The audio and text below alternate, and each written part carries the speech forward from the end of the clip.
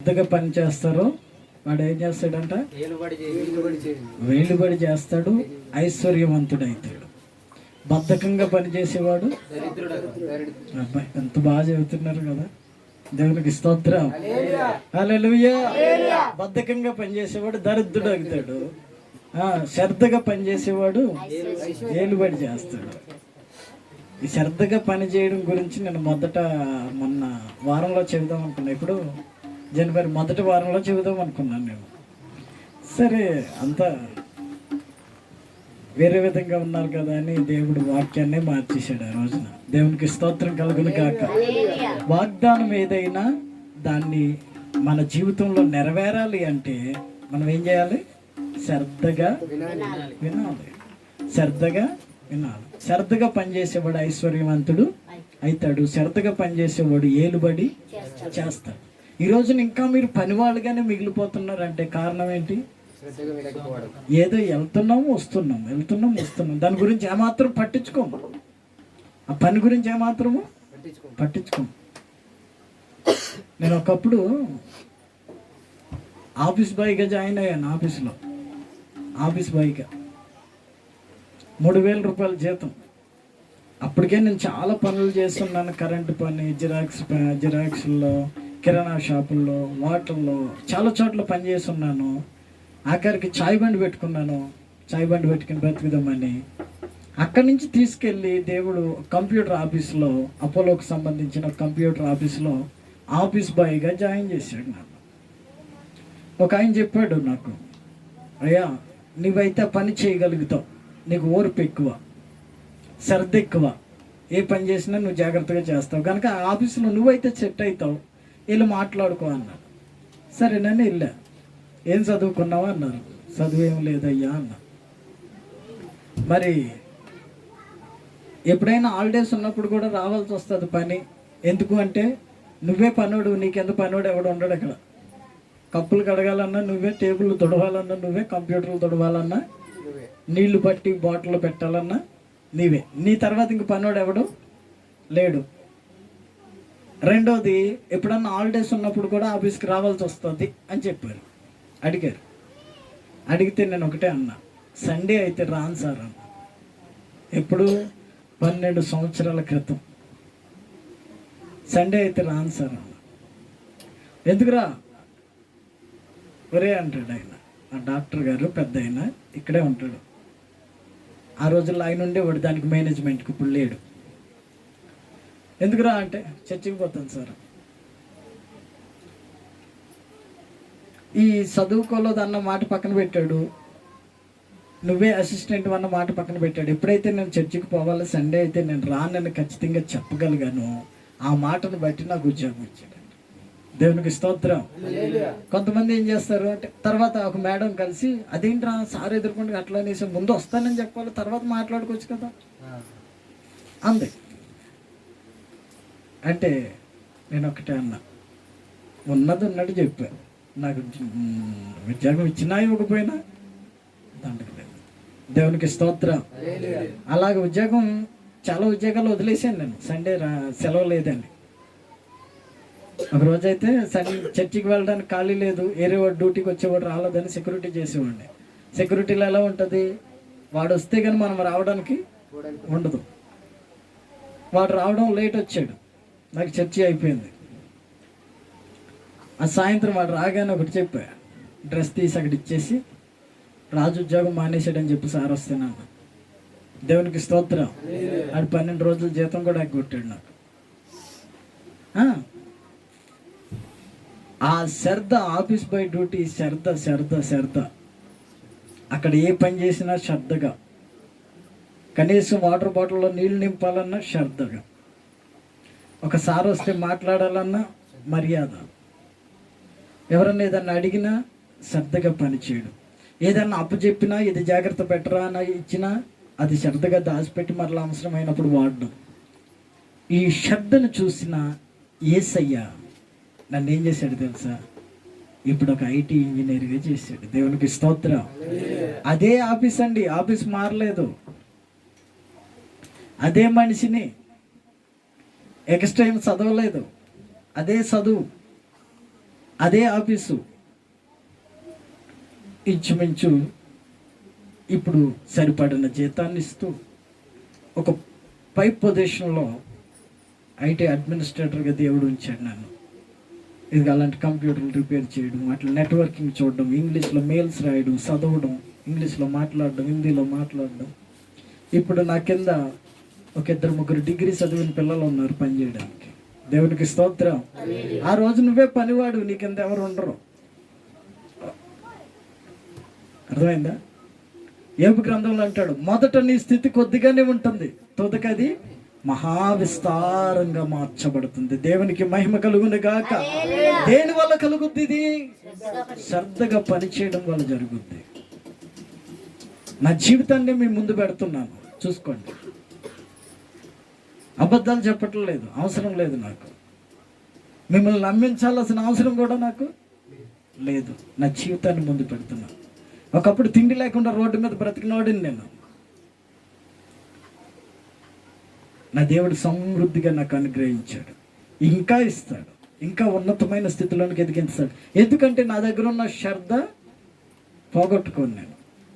చిన్నపిల్లవాడు చెప్పినా, పెద్దవాడు చెప్పినా మర్యాద, మాట్లాడే పద్ధతి, శ్రద్ధగా పని చేయకోకుండా బాగా ఉన్నవాడు అయిపోతాడంటే ఎట్లా అయిపోతాడు? ఎట్లా అవుతాడండి? నమ్మకంగా ఉండకపోతే దేవుడు అంటాడు, ఒక రోజున ఒక యజమానుడు తన దేశాంతరానికి వేరే దేశానికి వెళుతూ ఒకరిని పిలిచాడు. పిలిచి వాడికి ఒక 5 తలాంతులు ఇచ్చాడు. ఇంకొకరిని పిలిచాడు, వాడికి ఒక 2 ఇచ్చాడు. మరొకరిని పిలిచాడు, వాడికి 1 ఇచ్చాడు. ఎవరు సామర్థ్యం కొలితే వాడికి ఇచ్చాడంట. దేవునికి స్తోత్రం. హల్లెలూయా. నేను సెకండ్ హ్యాండ్లో బైక్ అడిగాను, నాకు అదే ఇచ్చాడు దేవుడు. తర్వాత కొత్తది ఒక 2-3 సంవత్సరాల నుంచి కారు అడుగుతున్నాను, ఇవ్వచ్చుగా, ఇవ్వట్లా. ఎందుకంటే అది నా సామర్థ్యం. నువ్వు దాన్ని భరించలేవురా, ఇప్పుడు నాకు అవసరం లేదు అంటే ఈ మధ్య గట్టిగా పట్టేటాను. ప్రభు, ఎక్కడికైనా చర్చికి వెళ్ళాలంటే ఇబ్బంది అయిపోతుంది, ఇదిగో పిల్లలకు సరిగ్గా బళ్ళు లేవు, ఎవరన్నా 4 ఎక్కి వెళ్ళడానికి లేదు. మొన్న ఒక రోజు వర్షానికి వస్తా రోడ్డు మీద ఆగిపోయాం, అందరం బండి ఆగిపోయింది, రోడ్డు మీద వర్షంలో తడిచిపోయాం. ఇవన్నీ కొంచెం ఆటంకాలుగా ఉన్నాయి ప్రభా, ఇవినైనా అని ప్రార్థన చేయడం మొదలుపెట్టాను నేను.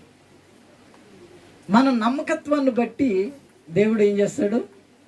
ప్రతిదీ మనకి ఇస్తానే ఉంటాడు. దేవునికి స్తోత్రం.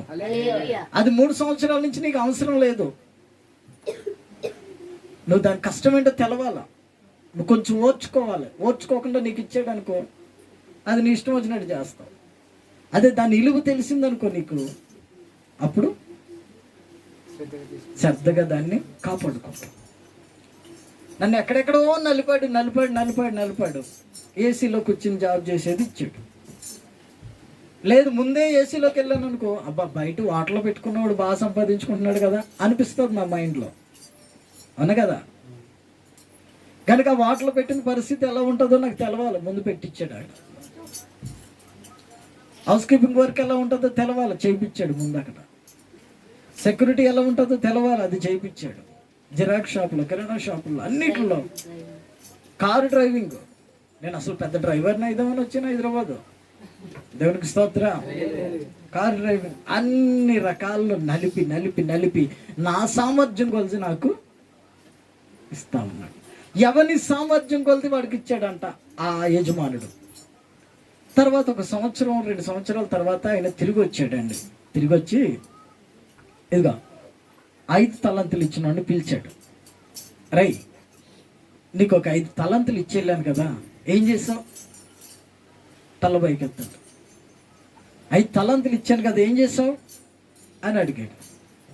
అడిగితే వాడు అన్నాడు, అయ్యా, నీవిచ్చిన 5 తలంతులు నేను జాగ్రత్తగా కాపాడుకుంటూ వాటిని ఎక్కడ వ్యర్థంగా ఖర్చు పెట్టుకోకుండా ఓ మంచి వ్యాపారంలో పెట్టి వాటి ద్వారా నేను తింటూ నా కుటుంబాన్ని పోషించుకుంటూ సమాజంలోనూ ప్రజల్లో మర్యాదగా బ్రతుకుతూ, ఇదిగో నీవిచ్చిన 5 తలాంతులకి ఇంకొక 5 తలాంతులు శ్రద్ధగా పనిచేసేవాడు ఐశ్వర్యవంతుడు అవుతాడు. ఈ మాట గుర్తుపెట్టుకోవాలి మీరు అని చెప్పింది.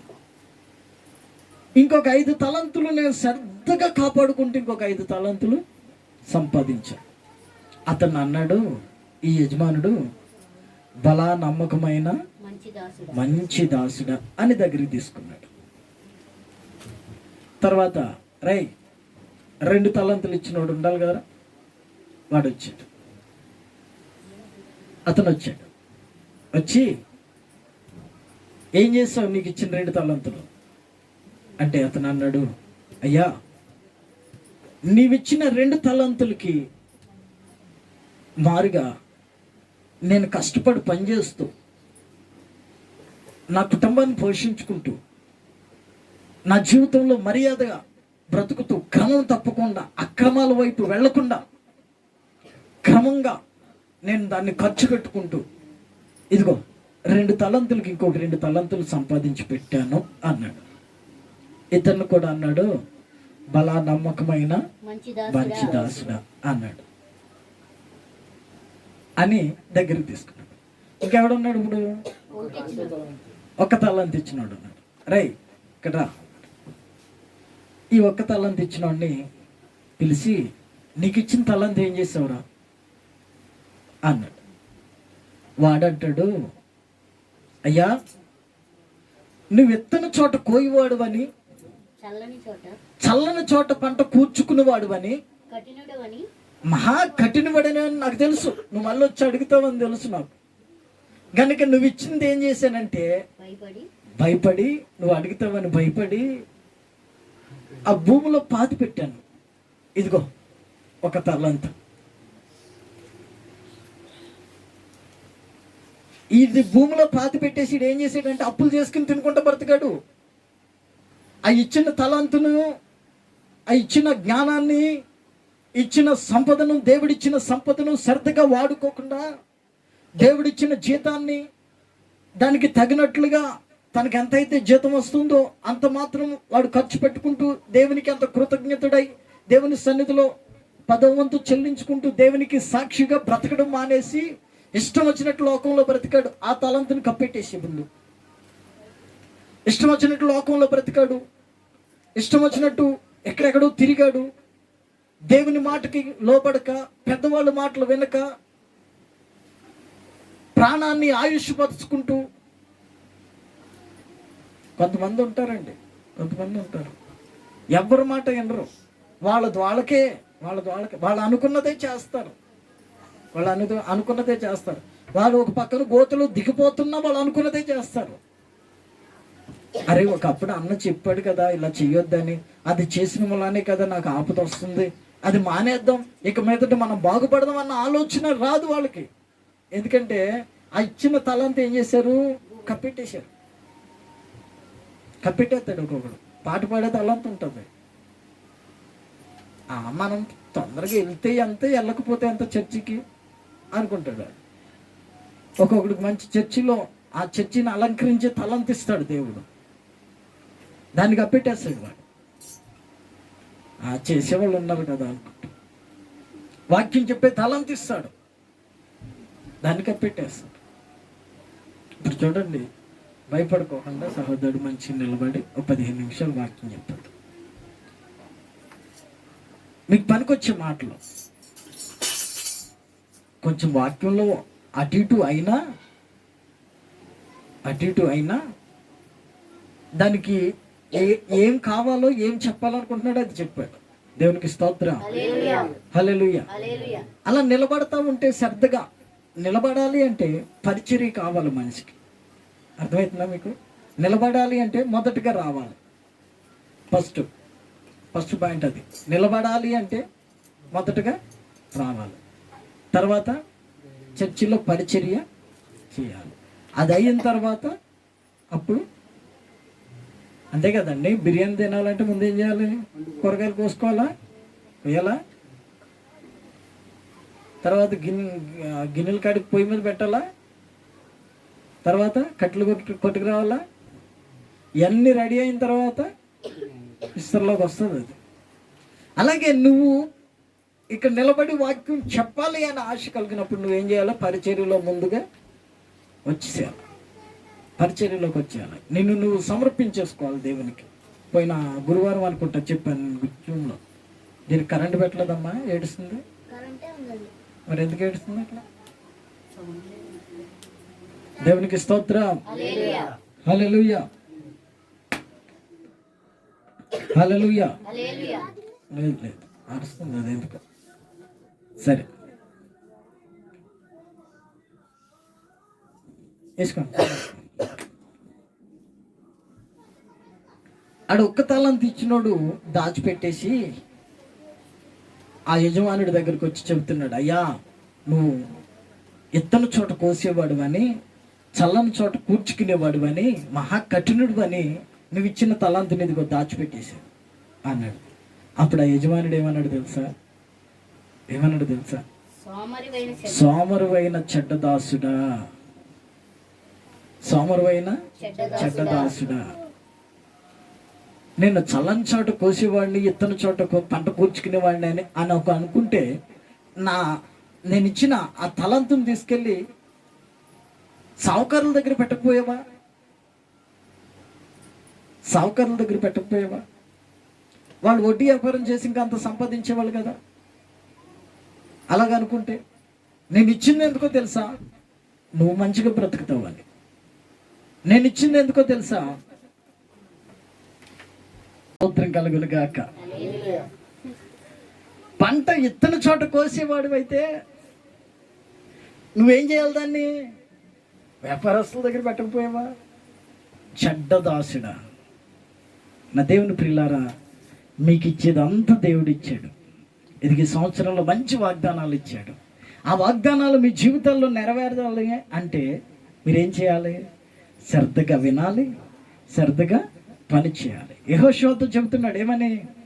యెహోషువా, నీ బ్రతుకు దినములన్నిట ఎవడు నీ ఎదుట నిలబడలేడు. 1:5 అనుకుంటా. నీ బ్రతుకు దినములన్నిట ఎవరు నీ ఎదుట నిలబడలేరు. ఎందుకంటే నీవు నా ధర్మశాస్త్రాన్ని చదవటం, బోధించడం మర్చిపోవద్దు. నా ఆజ్ఞలను పాటించడం మర్చిపోవద్దు.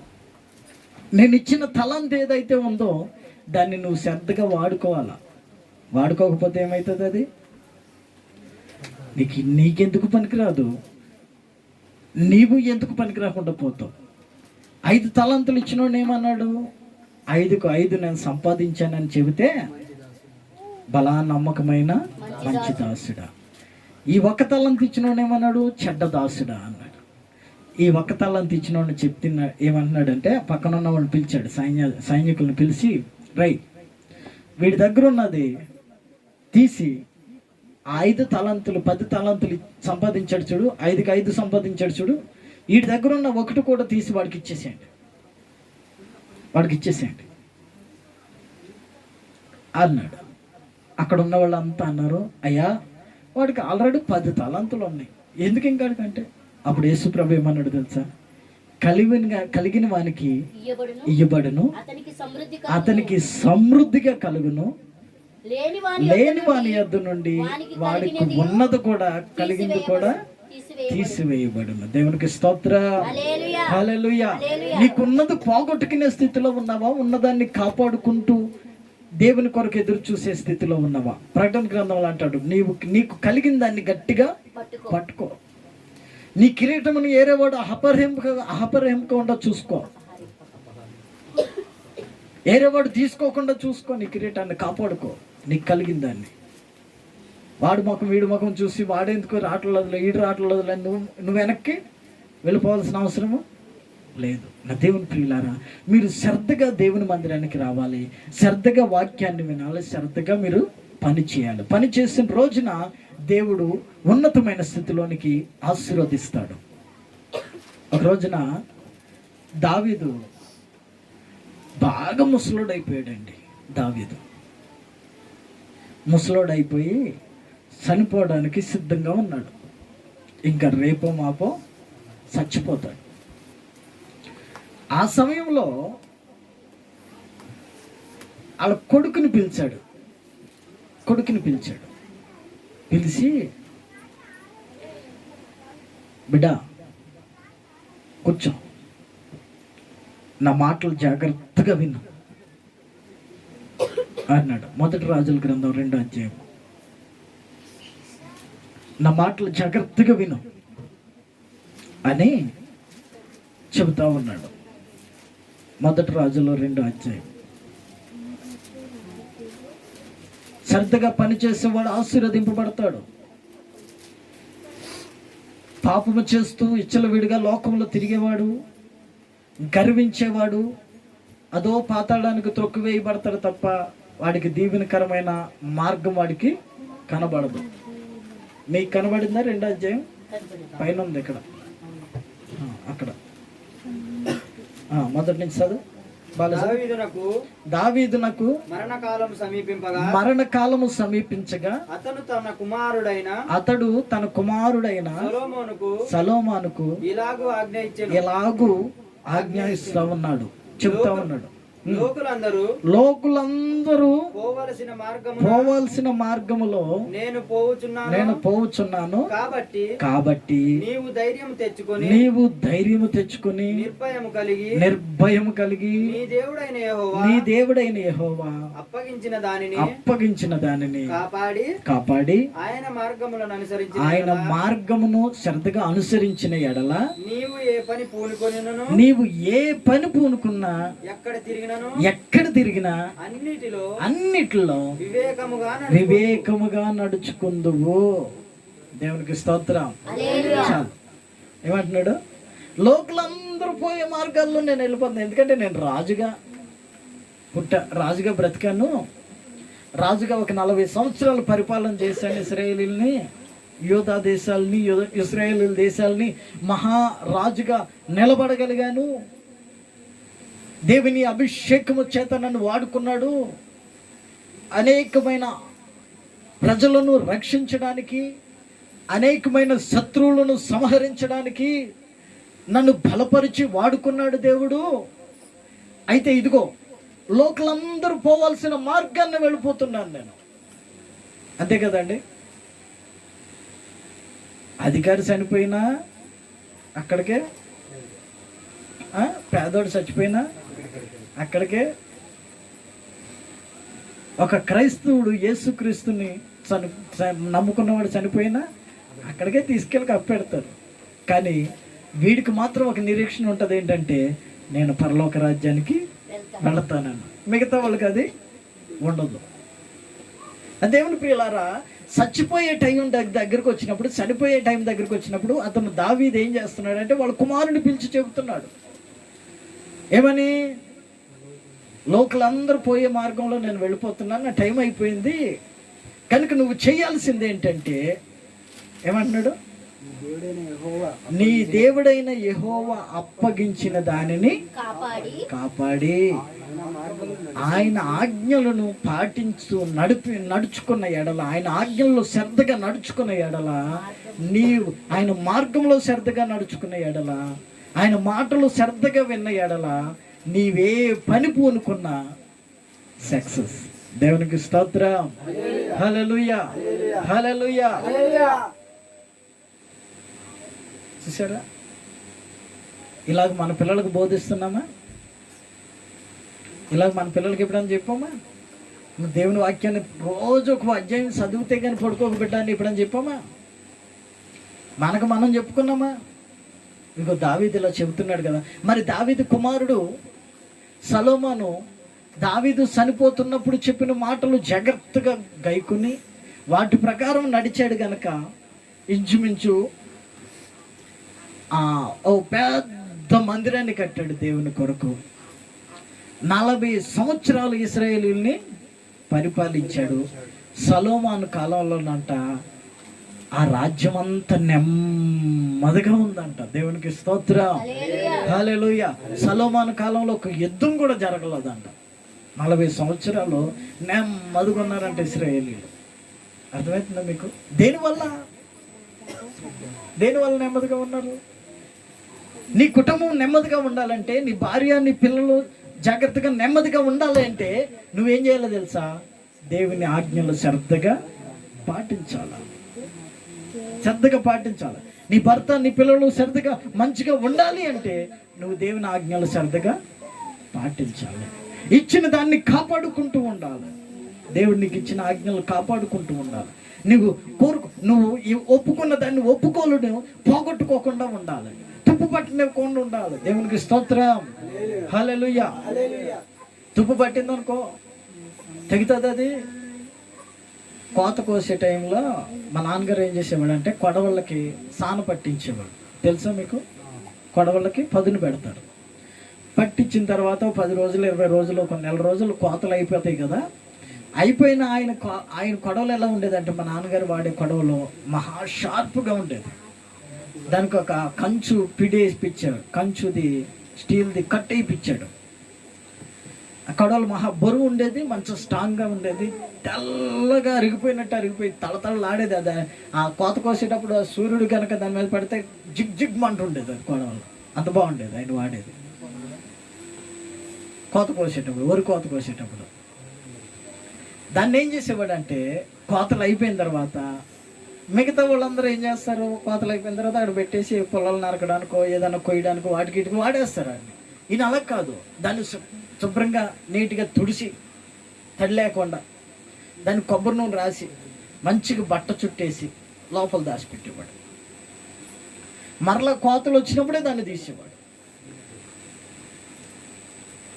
అది కోతలు వచ్చినప్పుడు తీయగానే మరలా పనిలోనికి సిద్ధంగా ఉండేది అనమాట.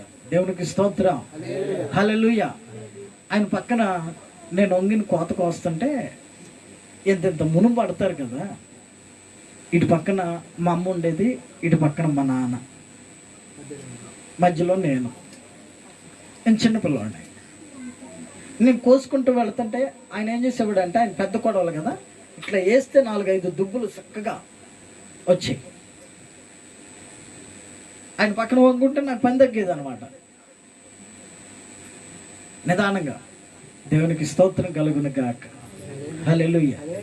నా తండ్రి నన్ను పక్కన పెట్టుకుని పని నేర్పించాడు తెలుసా? పని నేర్పించాడు, మర్యాద నేర్పించాడు, పద్ధతి నేర్పించాడు. ఎక్కడ తల వంచుకోకుండా బ్రతకాలని చెప్పాడు నా దేవుడు. నా దేవుడు చెప్పిన మాటలు, నా తండ్రి చెప్పిన మాటలు ఇవన్నీ శ్రద్ధగా విన్నాను కనుకనే ఈ రోజున ఈ స్థితిలో దేవుడు ఎదిగిస్తూ ఉన్నాడు. దేవునికి స్తోత్రం. తల్లి తండ్రి చెప్పిన మాటలు అనుకోండి తిరిగామనుకో ఆ భూమిలో పాతి పెట్టినోడు పరిస్థితి అవుతుంది. వాడిని ఏమన్నాడు తెలుసా? చివరికి దేవుడు ఏమన్నాడు తెలుసా? యజమానుడు రై వీడికి కలిగిందంతా తీసుకెళ్ళి వాడికి ఇచ్చేసేయండి అంటే, వాడికి 10 ఉన్నాయి కదా ప్రభా, 10 ఉన్న పర్వాలేదు, కలిగిన వాడికి ఇచ్చేసేయండి, లేని వాడిని ఇద్దరు నుండి ఉన్నది కూడా తీసేయండి అన్నాడు. తీసేసి మరలా ఆయన ఏమన్నాడు తెలుసా? వాడి కాళ్ళు చేతులు కట్టి చీకటి కొట్టులో పడేయండి రావాడు. పనికి మాలినోడు రావాడు. చెప్పిన మాట ఏం లేదు. కొంతమందికి అలక వాడు అలిగాడేమో పాపం. మరి వాడికి 5 ఇచ్చాడు, వీడికి 2 ఇచ్చాడు, నాకు 1 ఇచ్చాడు. ఇచ్చిన దాంతో నువ్వు శ్రద్ధగా ఉండగలిగితే ఏమిస్తున్నాడో తెలుసా మీకు రోజున? ఏమిస్తున్నాడో తెలుసా మీకు రోజున? రాత్రి పండుకున్నారా? ఉదయాన్నే లేచారా? ఒక్కరోజు మీకు ఇచ్చాడా దేవుడు? దేవునికి స్తోత్రం. ఒక రోజంతా మీకు ఇచ్చాడా? ఈ రోజంతట్లో మీరు వ్యర్థంగా గడిపేస్తే నెక్స్ట్ రోజు ఇస్తాడా? గ్యారంటీ ఉందా? ఎవరైనా చెప్పగలుగుతారా? నీకు 10 సంవత్సరాలు ఇస్తే 10 సంవత్సరాలు నువ్వు శ్రద్ధగా దేవుని కొరకు గడిపితే ఇంకా దీర్ఘాయుష్తో నిన్ను నింపడా? దేవుడికి స్తోత్రం. ఇందాకేమో ఒక మాట చదివించాడు, శ్రద్ధగా పనిచేసేవాడికి మరణమే. దేవుడికి స్తోత్రం. హల్లెలూయా. ఇంకొక మాట చెప్పాడు ఎజ్కియా మరణకరమైన రోగం వచ్చినప్పుడు ఏం చేశాడు ఎజ్కియా? దేవా, యెషయా ప్రవక్త వచ్చి చెప్పాడు, ఏలియా కాదు, యెషయా ప్రవక్త వచ్చి, ఎజ్కియా నీకు మరణకరమైన రోగం వచ్చింది, నువ్వు చనిపోతున్నావు, నీ ఇల్లు చక్కబెట్టుకో అన్నాడు. వెంటనే చెప్పేసి వెళ్ళిపోయాడు అటు. ఇంతలో ఎజ్కియా ఏం చేశాడంటే గోడ తట్టుకు తిరిగాడు. గోడ తట్టుకు తిరిగి, యెహోవా యథార్థ హృదయుడినై జాగ్రత్తతో సత్యముతో నేను ఎలా నడుచుకున్నానో ఒక్కసారి నన్ను జ్ఞాపకం చేసుకున్నా. ఆయన సత్యంతో నడుచుకున్నానా, పాపంతో నడుచుకున్నానా, అబద్ధపు బ్రతుకు బ్రతికానా, నీచమైన బ్రతుకు బ్రతికానా, ఒక్కసారి నన్ను జ్ఞాపకం చేసుకో. యథార్థ హృదయుడినై సత్యముతో నీ సన్నిధిలో ఎలా గడిపాను, ఎలా నడిపాను, ఎలాగ జీవించాను ఎన్ని సంవత్సరాలు జ్ఞాపకం చేసుకో అని నన్ను బ్రతికించమని అడగలేదండి హిజ్కియా. అడిగాడా? బ్రతికించమని అడగలేదు. నాకే ఎందుకు వచ్చింది మరణం అని అడగలేదు. అనేవాడైతే కేకలు పెట్టేవాడు, అరే నేను చచ్చిపోతానంటరా, నేను చచ్చిపోతానంటరా బిడ్డా బిడ్డా అన్నాడు అనుకో. ఈలోపు అందరూ వచ్చేస్తారు, పని వాళ్ళు అందరూ వచ్చేస్తారు. అయ్యా రాజుగారు మీరు చచ్చిపోవద్దు అయ్యా అంటారు. కొంతమంది అంటారు అరే రాజుగారు చచ్చిపోతారంట, సమాధి కట్టించండి రా. కొంతమంది అంటారు అరే రాజుగారిని ఊరేగించాలి. కొంతమంది రాజుగారు ఈ రాత్రి అంతా ఎంజాయ్ చేసేటట్టు చేయాలని పండగలు ఏర్పాటు చేస్తారు. అందుకే హిజ్కియా ఏం చేశాడు తెలుసా? గోడ తట్టుకు తిరిగాడు. గోడ తట్టుకు తిరిగి, దొరికిందా మీకు అధ్యాయం? యెషయా 38, రాజుల గ్రంథం 20 అధ్యాయంలో కూడా ఉంటుంది. మీరు తర్వాత చదువుకోండి. గోడ తట్టుకు తిరిగి ఏం చేశాడు? ఒక చిన్న ప్రార్థన చేసుకున్నాడు. ఆ ప్రార్థన ఆలకించిన దేవుడు, కన్నీరుని ఆలకించిన దేవుడు ఏమన్నాడు తెలుసా? వెళ్ళిపోతూ ఉన్నాడు చూడు, యెషయా ప్రవక్త చెప్పేసి వెళ్ళిపోతున్నాడు కదా పాస్టర్ గారు. ఆయనకు ప్రత్యక్షమై, ఇదిగో యెషయా హిజ్కియా దగ్గరికి వెళ్ళి, హిజ్కియా చనిపోడు, 15 సంవత్సరాల ఆయుష్ను పొడిగిస్తున్నానని చెప్పి అన్నాడు. అదేంటి ప్రభు ఇప్పుడే చచ్చిపోతాడని చెప్పావు కదా, నా మాట ఏమైపోవాలి?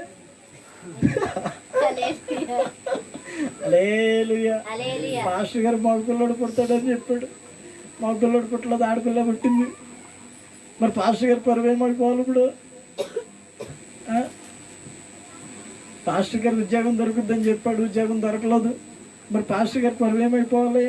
పాస్టర్ గారు ఉద్యోగం దొరుకుద్దని చెప్పాడు. నీకు ఆ ఉద్యోగం అవసరమా లేదో దేవునికి తెలుసు కదా, అవునా కదా? ఆ ఉద్యోగం కావాలి అంటే నువ్వు శ్రద్ధగా వెళ్ళాలి కదా అక్కడికి, అవునా కదా? దేవునికి స్తోత్రం, హల్లెలూయా. యెషయా ప్రవక్త ఎమ్మటే తిరిగి వచ్చి దేవుని మాటకు లోబడ్డాడు. అక్కడ ఏం అడగలేదు దేవుణ్ణి, ప్రభా నేను చెప్పాను కదా, నా మాట ఏమైపోతుందో, నా పరువు ఏమైపోవాలో, నేను ప్రవక్తను కాదనుకుంటారేమో అని అనలేదు. వచ్చి డైరెక్ట్ హిజ్కియా దగ్గరికి వచ్చి, హిజ్కియా నీవు కన్నీళ్లు విడిచుట చూశాడు దేవుడు. దేవునికి స్తోత్రం, హల్లెలూయా. నీకు శ్రమ కలిగినప్పుడు, నీకు ఇబ్బంది కలిగినప్పుడు, నీ మరణ పాశములు నీ దగ్గరికి వచ్చినప్పుడు, మరణము నిన్ను వెంటాడుతూ ఉన్నప్పుడు, రోగము నిన్ను వెంటాడుతూ ఉన్నప్పుడు, నీవు కన్నీరు కార్చి గోడ తట్టు తిరిగి కన్నీరు కార్చి దేవుని మందిరంలో మోకాళ్ళ మీద ఉండి ప్రార్థన చేస్తే నీ ప్రార్థన ఆయన అంగీకరించాడు. కన్నీళ్లు విడిచుట దేవుడు చూశాడు, నీ ప్రార్థన నేను అంగీకరించాను అంటున్నాడు. కింద మాటలో మీరు చదువుతాయి. హిజ్కియా ఇదిగో 15 సంవత్సరాల ఆయుష్ నీకు పొడిగిస్తున్నాడు దేవుడు. ఎలా కుదురుతుంది ఇది? నేను చచ్చిపోతానని చెప్పారుగా, ఎలా కుదురుతుంది అంటే యెషయా అంటాడు, ఇదిగో అహాబు గడియారం ఒక 15 మెట్లు ముందుకు వెళ్ళిపోయిన ఆ గడియారం 15 మెట్లు వెనక్కి తిరుగుతుంది. ఇదిగో నువ్వు 3వ దినాన్న దేవుని మందిరానికి ఎక్కిపోతున్నావు. దేవునికి స్తోత్రం, హల్లెలూయా. నువ్వు 3వ రోజుకి నీ మరణం తొలగిపోతుంది. 3వ రోజుకల్లా నువ్వు దేవుని మందిరానికి ఎక్కిపోతావు. ఎందుకంటే ఆయన దేవుని మందిరానికి వెళ్ళట్లేదు. రోగం వచ్చింది. ఏం రోగం? కాలు కింద పెద్ద పుండు అయింది, నడవలేకపోతున్నాడు. రాచపుండు అంటారు దాన్ని, రాచపుండు అంటారు. కొంతమంది షుగర్ అని చెప్తారు, అది ఒక రకమైన పుండు, అది గోకే కొంగు లెగిస్తుంటుంది, రాచపుండు అంటారు దాన్ని. ఆ పుండు అయింది. ఇదిగో 3 రోజులకి నువ్వు మందిరానికి ఎక్కిపోతున్నావు. నువ్వు మందిరానికి వెళ్ళడం మానేసి ఇంట్లో కూర్చున్నావా? మరణం నిన్ను వెంటాడుతుందా? రోగం నిన్ను వెంటాడుతుందా? రాత్రిపూట భయంకరమైన కళ్ళొచ్చి తొక్కుతున్నాయా నిన్ను? నువ్వు మందిరానికి వెళ్ళడానికి సిద్ధపడు. దేవుని మందిరంలో జాగ్రత్తగా శ్రద్ధగా వాక్యం వినడానికి సిద్ధపడు. నువ్వు ఆయన నిన్ను బ్రతికిస్తాడు. ఎజ్కేత అంటున్నాడు, ఇదిగో 3వ రోజున మందిరానికి ఎక్కిపోతావు నువ్వు. అహాబు గడియారంలో 15 మెట్లు వెనక్కి తిరుగుతుంది గడియారం, అంతే. 15 సంవత్సరాలు నీకు ఆయుష్ను పొడిగిస్తున్నాడు. అహాజు గడియారం అని ఉండేది అక్కడ. అహాజు గడియారం 15 మెట్లు వెనక్కి తిరుగుతుంది. అప్పుడు ఏం చేశాడు తెలుసా పాస్టర్ గారు? అక్కడ ఉన్న అంజూరపు చెట్టు ఆకులు కోసి ఎంత రోట్లేసి రుబ్బి ఎంత ముద్ద తీసుకొచ్చి ఆ పుండు మీద వేసి కట్టాడంట. ఎన్ని సంవత్సరాల నుంచి ఉందో ఆ పుండు, అన్ని సంవత్సరాల నుంచి ఆ పుండు ఉన్నా కానీ ఈయన ఎక్కడ కూడా పొరపాటు చేయలేదు. శ్రద్ధగా దేవుని వాక్యాన్ని విన్నాడు. యథార్థ హృదయుడై సత్యంగా దేవుని సన్నిధిలో నడుచుకున్నాడు. ఆ పుండుని ఎప్పుడైతే ఆకులేసి ఆ పుండు మీద కట్టారో ఆ పుండు మానిపోయింది. 15 సంవత్సరాలు ఎజికియా బ్రతుకున్నట్లు మనం చూస్తూ ఉన్నాం. దేవునికి స్తోత్రం కలుగును గాక. హల్లెలూయా. దీని అంతటి కారణం ఏంటో తెలుసా? యథార్థ హృదయుడినై సత్యముతో నీ సన్నిధిలో ఇట్లు నడుచుకున్నాను. శ్రద్ధగా పని చేసేవాడు ఏమైతాడు ఇప్పుడు? అది దేవునికి స్తోత్రం. హల్లెలూయా. సోమరి ఎందాక పడుకుంటావురా? చదువుతారా? ఎక్కడుంది? సామెతల్లోనే ఎక్కడుంది? 6 అధ్యాయం 6వ వచనం. సోమరి అలా చదవండి. సోమరి చీమల యొద్దకు వెళ్ళుము, వాటి నడతలను కనిపెట్టి జ్ఞానము తెచ్చుకును. వాటికి న్యాయాధిపతి లేడు లేకున్నాను, పై విచారణకర్త లేకున్నాను, అధిపతి లేకున్నాను. అవి వేసవి కాలమందు ఆహారము సిద్ధపరచుకును, కోత కాలమందు ధాన్యము కూర్చుకును. సోమరి ఎందాక నీవు పండుకుందువు, ఎప్పుడు నిద్ర లేస్తావురా బాబు? ఇంకా కొంచెం నిద్రించదనే, కొంచెం సేపు కునుకుదనే, కొంచెం సేపు చేతులు ముడుచుకుని. హలో, ఇక్కడ తలపైకెత్త. ఇంకొంచెం సేపు పరుండేదనే, ఇంకొంచెం సేపు చేతులు ముడుచుకుని పడుకుంటానే, ఇంకొంచెం సేపు కునుకుతాను. ఉండు మమ్మీ, అప్పుడే లేపుతున్నావు. నిద్ర రాత్రి లేపినట్టు అయింది. దేవునికి స్తోత్రం. హల్లెలూయా. సోమరి ఎందాక రా పండుకుంటావు? ఎందాక నిద్ర లేకవు? అలా చేస్తే ఐశ్వర్యవంతుడు అవడం కాదు. ఆ కింద మాట రాయి చదవండి. అందుచేత దోపిడిగాడు వచ్చినట్టు దరిద్రము అయిపోయినా. దేవునికి స్తోత్రం. హల్లెలూయా. ఎందాక చేతులు ముడుచుకుని పడుకుంటానంటావు? ఇవాళ ఆదివారం కదా, పొద్దున్నే లేచి రెడీ అవ్వడం తెలవదా నీకు? ఎంతసేపు దుప్పటి ముసుకెట్టి పడుకుంటానంటావు? సోమరి ఇంకొంచెం సేపు కునుకుతానంటున్నావు కదా మంచం మీద పడుకుని. ఆదివారం అని తెలవదా? ఉదయాన్నే రెడీ అవ్వాలని తెలవదా? దేవుని మందిరానికి రావాలని తెలవదా? ఎందాక కునుకుతూ ఉంటావు నువ్వు. అలా చేస్తే అందువలన ఆయుధదారుడు వచ్చినట్టు, వడ్డీవాడు వచ్చినట్టు దరిద్రుని వెనకాల తిరుగుద్దంట. కొంతమంది అంటుంటారు, నా దరిద్రం ఇంతే అంటుంటారు. ఆ దరిద్రం అంట, వీడు బాగా ప్రార్థన చేస్తున్నాడు, భక్తి చేస్తున్నాడు అని చెప్పి వీడిని విడిచిపెట్టి వెళ్ళిపోదామని అక్కడ దాకా పెడుతుందంట. ఈలోపు వీడు అంటాడు, నా దరిద్రం ఇంతే అంటాడు. అది అనుకుంటుందంట, వీడు నా దరిద్రం అంటున్నాడు కదా, నేను ఆడవాడిని అయితే నేను ఆడిపోవాలని మళ్ళీ వచ్చి కూర్చుంటుందంట. దేవునికి స్తోత్రం. హల్లెలూయా. కనుక మనం చేయాల్సింది ఏంటో తెలుసా? శ్రద్ధగా పని చేయాలి, శ్రద్ధగా వినాలి, శ్రద్ధగా బాధ్యతగా బ్రతకాలి. దేవునికి స్తోత్రం కలుగును గాక. హల్లెలూయా, హల్లెలూయా. ఎక్కడ కూడా ఒడిదుడుకులు పడొద్దు. ఎక్కడ ఎదుటి వాడిని ఆశించి దొంగతనం చేయాలని ఆశపడొద్దు. అలా చేస్తుంటే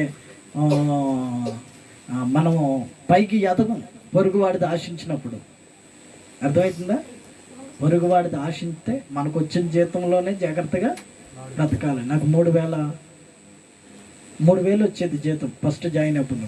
తర్వాత ఒక సంవత్సరానికి 3,700 3,712 వచ్చింది. అప్పటికి పెళ్ళయింది నాకు. అదే జీతంలో నుంచి చక్కగా పాస్టర్ గారికి కానుకిచ్చేవాడిని నెల వచ్చేటప్పటికి. తర్వాత అదే జీతంలో నుంచి కిరాయి కట్టుకోవాలి, అదే జీతంలో నుంచి తినాలి. ఒక్కొక్క పూట తిండి ఉండేది కాదు. తిండి లేని పరిస్థితి. చాయ్ పెట్టుకుందామంటే ఇంట్లో ఏమి లేని పరిస్థితుల్లో బ్రతికినండి. నా దేవుని పిల్లరా, 2016 సంవత్సరం వరకు కూడా అన్ని సంవత్సరాల కరువుతో ఉన్నా ఎప్పుడు కూడా పొరపాటులోనికి నేను వెళ్ళలేదు. ఎప్పుడు కూడా ఎదటి వాడిని ఆశించి పరిగెట్టలేదు. ఒకటే ఒక నిర్ణయం నాది. 2006లో నేను బాప్తిసం తీసుకున్నా కానీ 2016 వరకు ఎన్ని కష్టాలు పడ్డానో అన్ని కష్టాల్లో కూడా ఎక్కడ కూడా ఒకటి ఆశించి పని చేయలేదు నేను. ఒకటే నిర్ణయం, డ్యూటీకి వెళ్ళాలి, రావాలి, దేవుని వాక్యాన్ని చదువుకోవాలి, లేదా పాస్టర్ గారు కూడా సువార్త ప్రకటించడానికి వెళ్ళాలి. ఇంట్లో కూర్చునేవాడిని కాదు. ఇప్పటికి ఇంట్లో కూర్చోను, ఇప్పటికి ఇంట్లో ఉండను. వస్తే ఎక్కడికొకరికి వెళ్ళి దేవుని వాక్యం చెప్పాలా. దేవుని వాక్యం చెప్పకపోతే నిద్ర పడదు మనకి. వాక్యం చదవకపోతే నిద్ర పట్టదు. అర్థమైందా? మీరేమో చక్కగా వచ్చేళ్ళలో కూర్చుంటారు. శ్రద్ధ లేదు. శ్రద్ధగా పనిచేసేవాడిని నిలబెట్టి వాడుకుంటాడు. దేవునికి స్తోత్రం, హల్లెలూయా. దేవుడి కొద్ది మాటలు మీ వెనుకల్లో ఫలభరితంగా మార్చును గాక.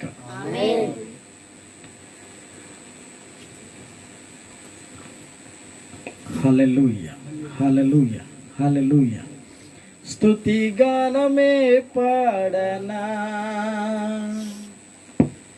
జయ గీతమే పాడనా,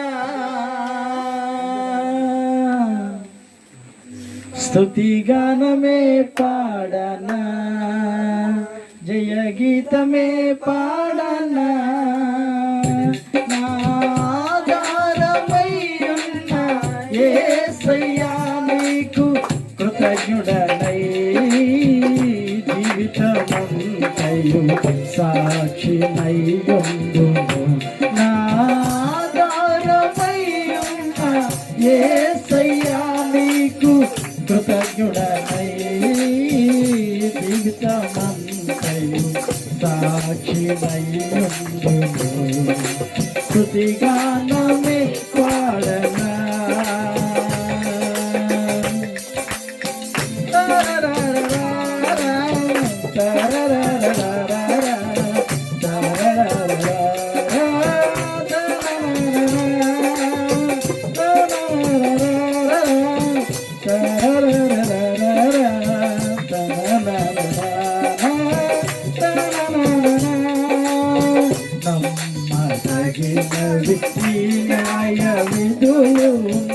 మేలిమి బంగారు కంటే ఎంతో కోరదగినవి, నమ్మదగినవి న్యాయ విధులు. మేలిమి బంగారు కంటే ఎంతో కోరదగినవి.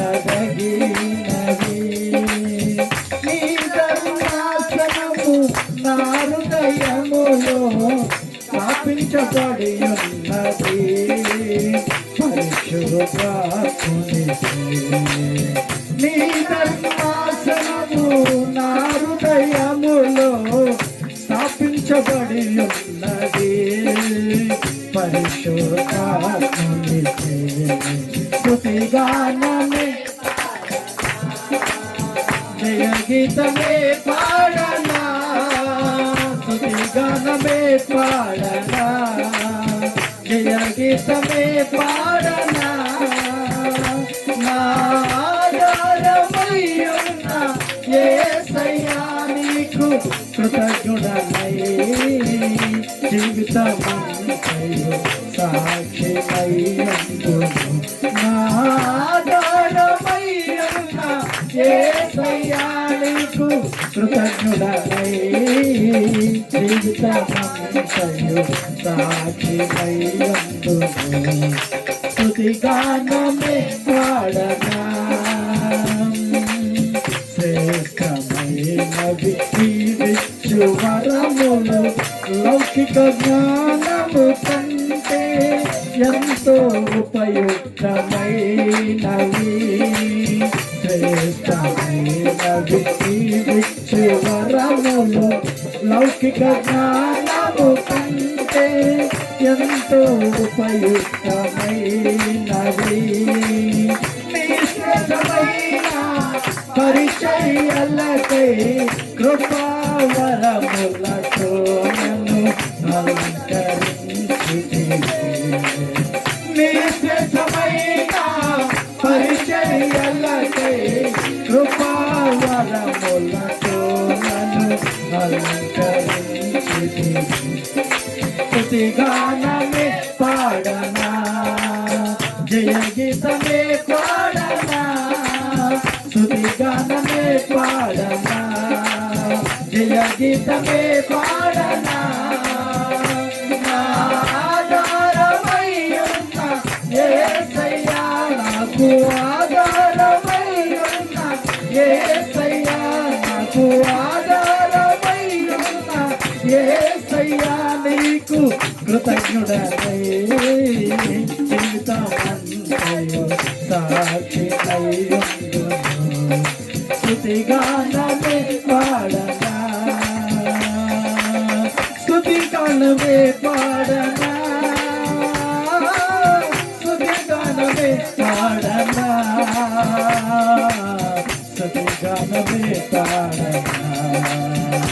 నాకు ఆధారమయ్యున్న యేసయ్యా నీకు కృతజ్ఞుడనై జీవితమంతయు సాక్షిమయ్యుందును.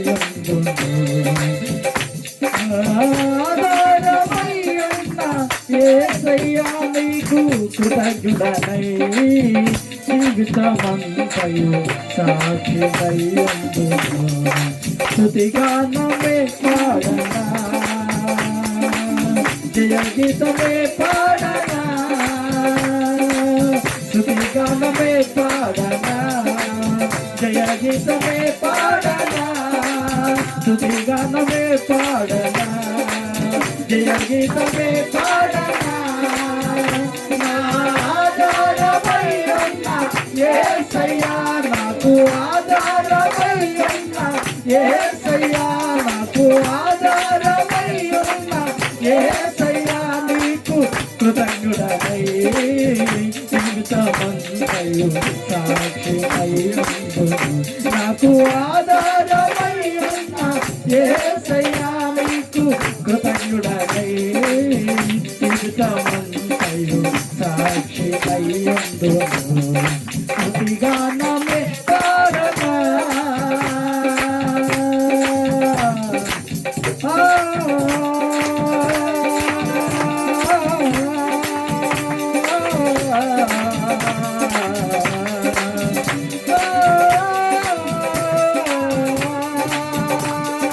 హల్లెలూయా హల్లెలూయా హల్లెలూయా హల్లెలూయా హల్లెలూయా హల్లెలూయా హల్లెలూయా హల్లెలూయా.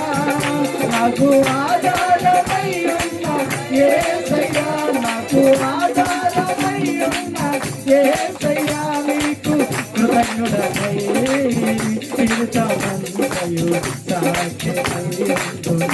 నాకు ఆధారమయ్యున్న యేసయ్యా యేసయ్యా యేసయ్యా యేసయ్యా యేసయ్యా యేసయ్యా యేసయ్యా యేసయ్యా యేసయ్యా నాకు ఆధారమయ్యున్న యేసయ్యా నాకు ఆధారమయ్యున్న యేసయ్యా నాకు ఆధార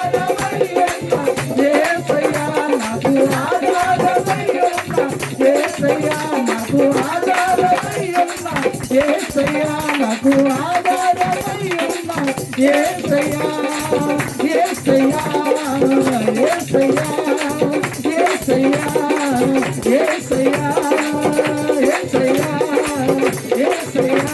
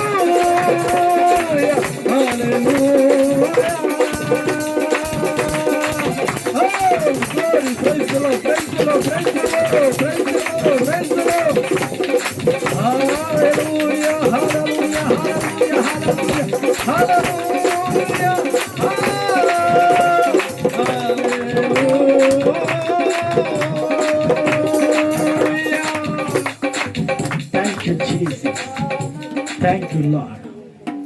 Thank you, presence of Holy Spirit, in the name of Jesus. In the power, anointing, Jesus. Hallelujah. మహిమ కలిగిన దేవుడు, కృపా సత్య సంపూర్ణత కలిగిన దేవుడు, నిన్న నేడు ఏకరీతిగా ఉండి నిన్ను కాపాడుచు ఉన్న దేవుడు, దినదినము నీకు ఆయుష్ను పొడిగించి నడిపిస్తూ ఉన్న దేవుడు. ఆయన సంవత్సరములకు అంతం లేదు. ఎన్నోసార్లు ఆయన్ని విడిచిపెట్టి నీవు తొలగిపోతూ ఉన్నావు. ఎన్నోసార్లు ఆయన నిన్ను పిలుస్తూ ఉన్నా నీవు పట్టించుకోవటం లేదు. నా దేవుని ప్రియులారా, శ్రద్ధగా పనిచేసేవాడు ఐశ్వర్యవంతుడైతాడు. శ్రద్ధగా ఉన్నవాడు, శ్రద్ధగా వినేవాడు నిరంతరము నా దేవుని సన్నిధిలో నివసిస్తాడు. దావీదు అంటున్నాడు, ఇదిగో లోకలందరూ పోవాల్సిన మార్గంలో నేను పోతూ ఉన్నాను. అయితే నీవు యెహోవా నీకు ఆజ్ఞాపించిన ఆజ్ఞలను గట్టిగా పట్టుకో, వాటి ప్రకారం నడుచుకో. నువ్వు శ్రద్ధగా ధర్మశాస్త్రాన్ని పాటించిన ఎడల నీవే పని పూనికినను సమస్త పనులన్నీ కూడా వర్ధిల్ల చేస్తాడు నా దేవుడు. నా దేవుని ప్రియులారా, ఈ రోజున మీ పనులు, ఈ రోజున మీ ప్రయత్నాలన్నీ విఫలమైపోతూ ఉన్నాయి, సఫలం అవ్వట్లేదు, ఓడిపోతూ ఉన్నారు. కారణం ఏంటో తెలుసా? శ్రద్ధ లేదు మీకు. శ్రద్ధగా దేవుని ఆజ్ఞలు పాటించలేకపోతూ ఉన్నారు. ఇక మీదట నేను శ్రద్ధగా దేవుని వాక్యాన్ని వింటాను, ఆ ప్రకారంగా నా జీవితాన్ని మార్చుకుంటాను, నేను దేవుని వైపే చూస్తాను, ఈ లోకం వైపు చూడను అన్నవారు మీ చేయి పైకెత్తండి, ప్రార్థన చేసుకుందాం. స్తుతులకు పాత్రుడా, స్తోత్రాహుడా, నీకు వందనాలు. ఇది ఎంతవరకు బిడ్డలు ఓడిపోయిన స్థితిలో ఉన్నారు, దిగజారిపోయిన స్థితిలో ఉన్నారు, పడిపోయిన స్థితిలో ఉన్నారు. ఇదిగో ఈ దినాన నీవు మాట్లాడావు, బలా నమ్మకమైన మంచి దాసుడా అని పిలుస్తూ ఉన్నావు. నీ మాట విని శ్రద్ధగా పనిచేస్తూ, శ్రద్ధగా వింటూ, అయా శ్రద్ధగా నీవు ఆజ్ఞలను పాటిస్తూ నీ సన్నిధిలో ఉన్న ప్రతి ఆశీర్వాదము బిడ్డలు అనుభవించినట్లు మీరు చేయండి. ఇదిగో చేతులు పైకెత్తి ప్రార్థన చేస్తున్న ప్రతి ఒక్కరి మనవి మీరు ఆలకించండి. ఎజికియా, నీవు కన్నీళ్లు విడిచుట నేను చూశాను, నీ ప్రార్థన నేను అంగీకరించాను. ఇక మరణం నిన్ను విడిచి వెళ్ళిపోతూ ఉంది. ఇదిగో 15 సంవత్సరాల ఆయుష్ నీకు పొడిగిస్తున్నాను అన్నావు. దేవా, బిడ్డలు ఏ స్థితిలో ఉన్నారు, ఏ మరణ పడకల్లో అల్లాడుచు ఉన్నారు. అహాజు గడియారం 15 మెట్లు వెనక్కి నడిపించిన దేవుడు, నీవు తలుసుకుంటే ప్రపంచాన్ని 2 సెకండ్లలో తలకిందులు చేయగలిగిన దేవుడు. నీకు అసాధ్యమైనది, నీతో కానిది, నీ దగ్గర లేనిది అంటూ ఏది లేదు. సమస్తము నీకు సాధ్యమే. ఈ రోజున చేతులెత్తిన ప్రతి బిడ్డను మీరు దీవించి ఆశీర్వదించి నీ నామానికి మహిమ తెచ్చుకుని యేసు నామములో అడుగుచున్నాను తండ్రి, ఆమేన్. దేవునికి స్తోత్రం. బంద్ చేసి